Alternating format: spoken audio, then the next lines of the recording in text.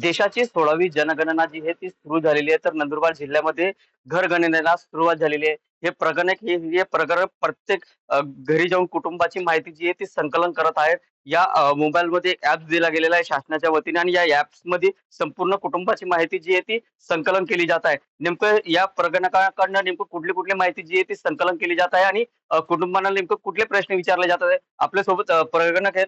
भाऊ काय नाव आहे आपलंवालं आणि नेमकं काय प्रश्न जे आहेत ते आपण कुटुंबाला विचारत असतात? माझे नाव वैभव रमेश चव्हाण आहे. मी नंदुरबार शहरातील एक प्रगणक म्हणून कार्य करत आहे. आम्ही सर्वात आधी जे प्रगणकांनी जे आम्हाला नकाशा दिला गेला तो नकाशा समजून घेतला. त्यानंतर आम्ही कच्चा नकाशा तयार करून त्याद्वारे पक्का नकाशा करून मग प्रत्येक घरी जाऊन आम्ही जे ते नंबर जे घरांना नंबर केले आहे, इमारत क्रमांक वेगळा असतो, गणना घर क्रमांक हा वेगळा असतो, ते देऊन आलो आहे.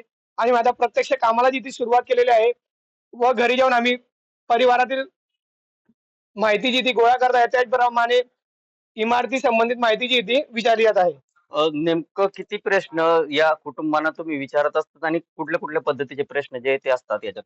यामध्ये आम्ही कुटुंबांना 34 प्रश्न विचारले यात असतात सगळ्यात महत्वाचे.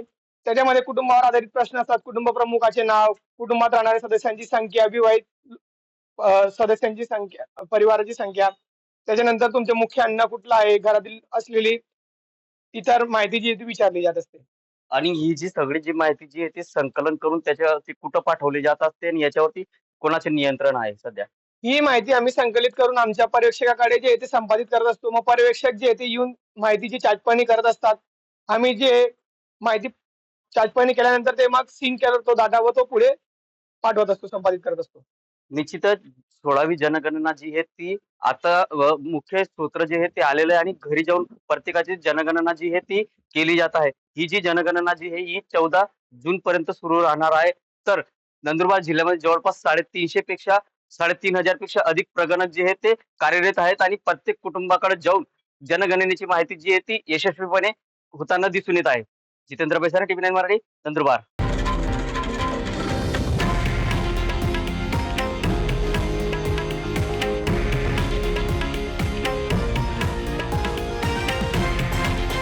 हे आहे देशातील नंबर 1 न्यूज नेटवर्क आणि आपण पाहत आहात टीव्ही 9 मराठी, एकमेव.